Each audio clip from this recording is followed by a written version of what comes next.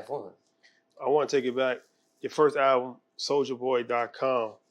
A lot of people to this day probably don't fully understand why that title was called Souljaboy.com. But from my understanding, you was buying a bunch of different websites, and that was actually a website that you purchased, and you put it on the album, and then people was, so not only did you make money from the album, but you made money from people going to Souljaboy.com. Talk about that. Yeah, no, it was a website that I created, and I was trying to drive traffic to it.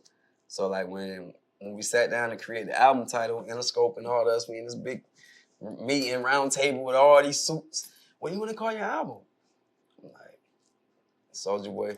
It's Souljaboytellem.com. Souljaboytellem.com. I was like, Souljaboytellem.com, because I already own the website. I already had, steady traffic, but I'm like, if this album go platinum, if it do good, that's 1 million people that fucking see the thing. They gonna type this in.